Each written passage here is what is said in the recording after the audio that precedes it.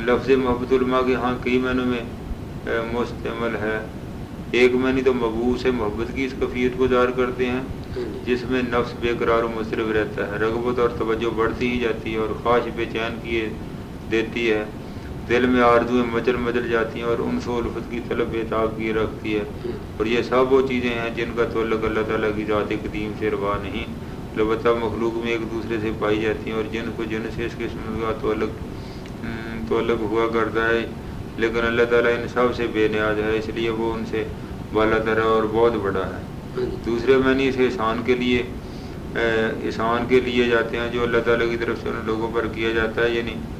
جنہیں وہ اپنی عنایت و بخشش کے لیے مخصوص کر لیتا ہے اور برگزیدگی عطا فرماتا ہے، کمال ولایت کے درجے پر پہنچاتا ہے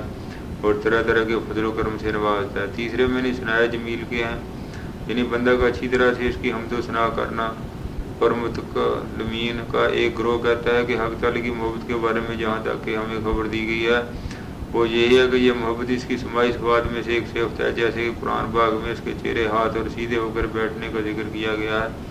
کہ اگر کتاب و سنت اس پر ناطق نہ ہوتے تو از روئے عقل حق تعالیٰ کے لیے ان چیزوں کا اسبات محال ہو جاتا. بس اس دلیل کی بنا پر ہم اس کو محبت کو ثابت کرتے ہیں اور اس پر یقین بھی رکھتے ہیں، البتہ اس کے استعمال کے سلسلے میں توقف کرتے ہیں. لیکن متکلمین کے برعکس گروہ صوفیہ کی مراد یہ ہے کہ وہ لفظ محبت کا اطلاق حق تعالیٰ پر اروا نہیں رکھتے، اور یہ جو کچھ ہم نے اوپر بیان کیا ہے بعض اقوال ہیں، چاہے صوفیہ کے ہوں یا متکلمین کے. لہذا اب میں اس کی تحقیقی اصلیت تمہارے سامنے بیان کرتا ہوں انشاءاللہ.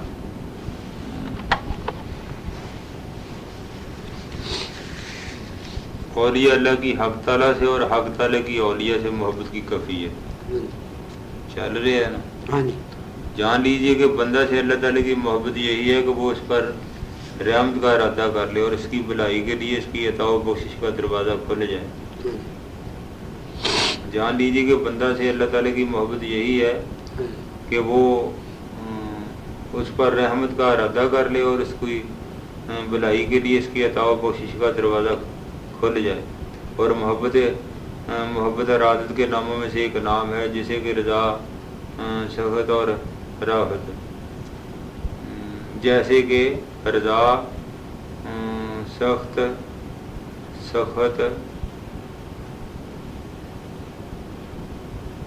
اور رافت بندہ کی اللہ سے محبت ہے.